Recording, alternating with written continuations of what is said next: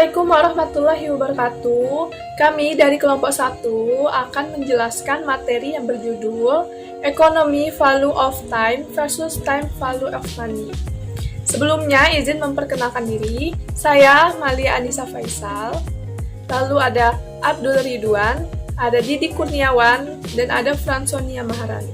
Langsung saja ke materi pertama yang akan dijelaskan oleh Abdul Ridwan. Ya, kali ini saya akan menjelaskan definisi dari economy value of time.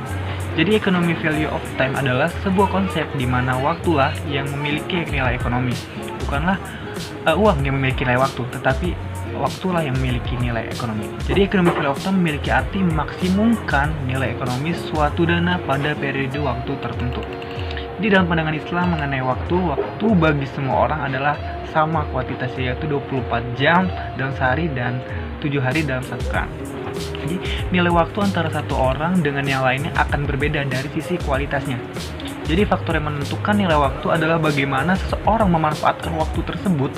Semakin efektif, semakin guna, semakin efisien, maka semakin tinggi nilai waktunya.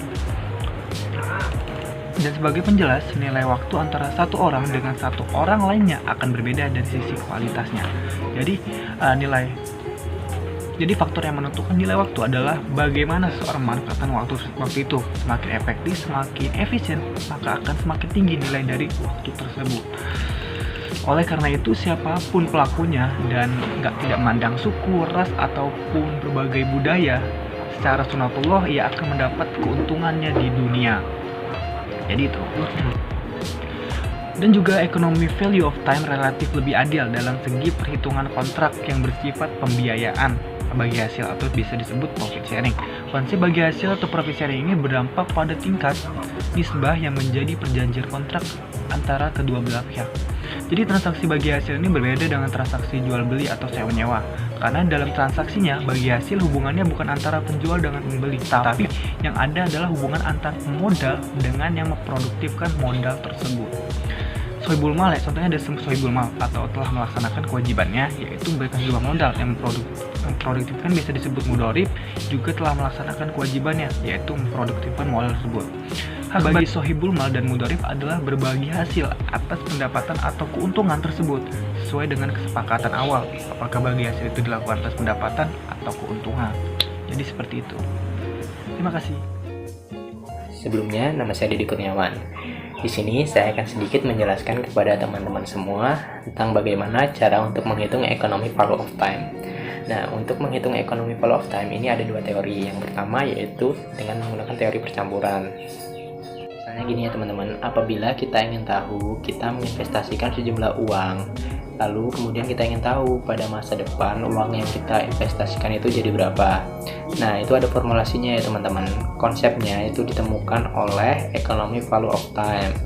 Nah, formulasinya yaitu harta masa depan sama dengan modal sekarang ditambah pendapatan investasi atau returnnya ya. Nah, di mana pendapatan investasi tersebut dihitung sama dengan modal sekarang dikali velocity modal atau kecepatan modal tersebut berputar, kemudian dikali nisbah. Untuk mudorib dapat 60% dan sohibul mal 40%, kemudian dikali return investasi.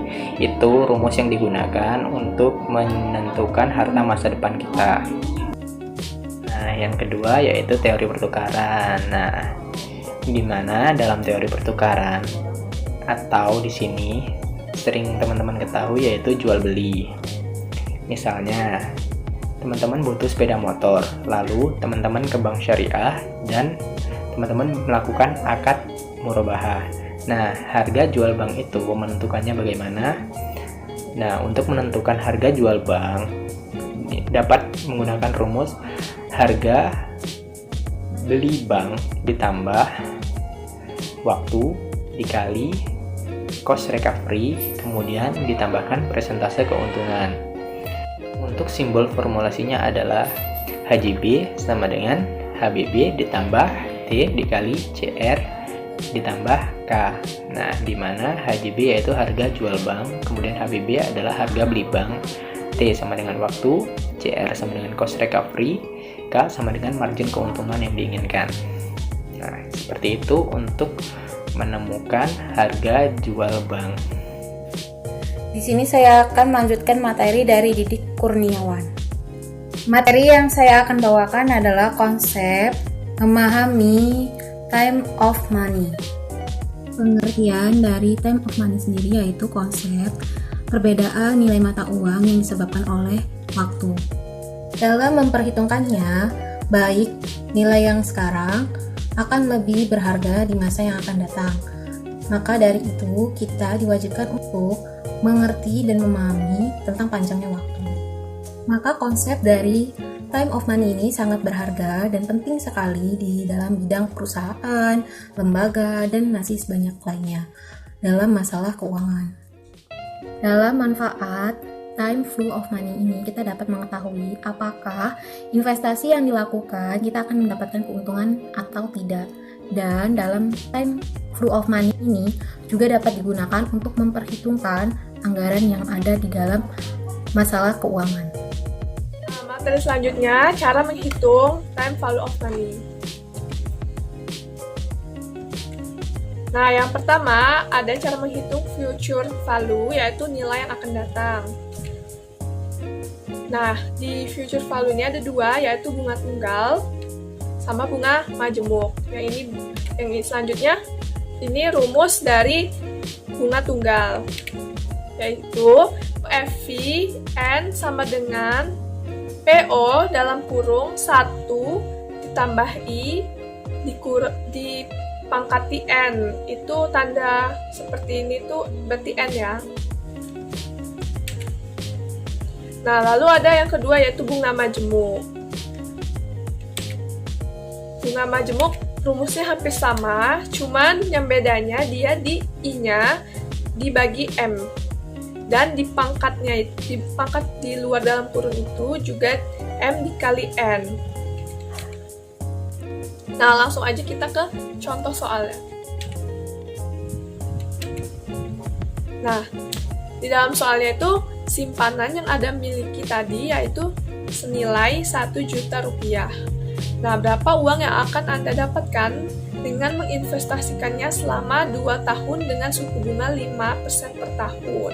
Berarti dia ini makai dari bunga tunggal, rumus dari bunga tunggal.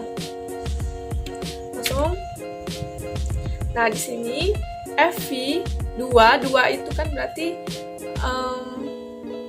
jangka waktunya tadi 2 tahun, makanya ditulis FV2. Nah, sama dengan 1 juta, nilai pada saat ininya tadi 1 juta. Setelah itu di dalam kurung 1 ditambah 0,05 itu kita jadikan 5% itu jadikan 0,05. Nah, ini dipangkatin 2, yaitu jangka waktu tadi kan cuma 2 tahun. Nah, kita hitung, kita selesaikan di dalam kurungnya terlebih dahulu, yaitu jadi 1,1025. Nah, tinggal kita kali dengan 1 jutanya, jadi dapat 1.102.500 rupiah. Nah, misalnya kalau kita ingin dimajemukkan. Nah, jika bunga dimajemukkan dalam sebulan. Nah, berarti itu tadi kan bunga tunggal ini memakai bunga majemuk, yaitu dia karena dimajemukkan dalam dia sebulan. Nah, rumusnya tadi pakai bunga majemuk, yaitu FV2 sama dengan 1 juta dalam kurung 1 ditambah 0,05 dibagi 24 tutup kurung dipangkatin 24 kali 2. Nah, mengapa dia M-nya 24? Karena dia kan jangka waktunya 2 tahun. Nah, makanya di 1 tahun itu ada 12 bulan, makanya 12 dikali 2 adalah 24, makanya M-nya 24 karena dimajemukkannya dalam 1 bulan. Tinggal diselesaikan, kalian cari dulu di dalam kurungnya terlebih dahulu, lalu dipangkatin, maka dapat segitu. Nah, tinggal dikaliin 1 juta, maka dapat 1.155,055,96 rupiah. Ke present value atau nilai sekarang. Jadi di present value ini juga ada bunga tunggal dan bunga majemuk. Lanjut ke contoh soalnya. Nih, PT Ardra Bis 2 tahun lagi harus membayar hutang sebesar 10 juta. Nah, berapakah jumlah uang yang harus disimpan di bank oleh PT Ardra Bis pada saat ini agar pada saat jatuh tempo uang yang disimpan di bank sama dengan 10 juta jika suku bunganya dia 5%. Lanjut aja langsung ke gambar. Nah, ini cara mencarinya. Jadi P sama dengan 10 juta dibagi 1 ditambah 5% dipangkatin dengan N-nya tadi berapa? 2 tahun. Nah, maka mendapatkan hasil 9.070.294 rupiah. Yang ini jika memakai bunga majemuk. Jadi dimajemukkan dalam sebulan seperti contoh tadi. Jadi tinggal di suku bunga I-nya itu dibagi M-nya dan di pangkatnya itu dikali N-nya. Mendapatkan hasil 9.049.315,46 rupiah. Oke, sekian materi dari kelompok kami. Jika ada kesalahan kata, kami mohon maaf. Wassalamualaikum warahmatullahi wabarakatuh.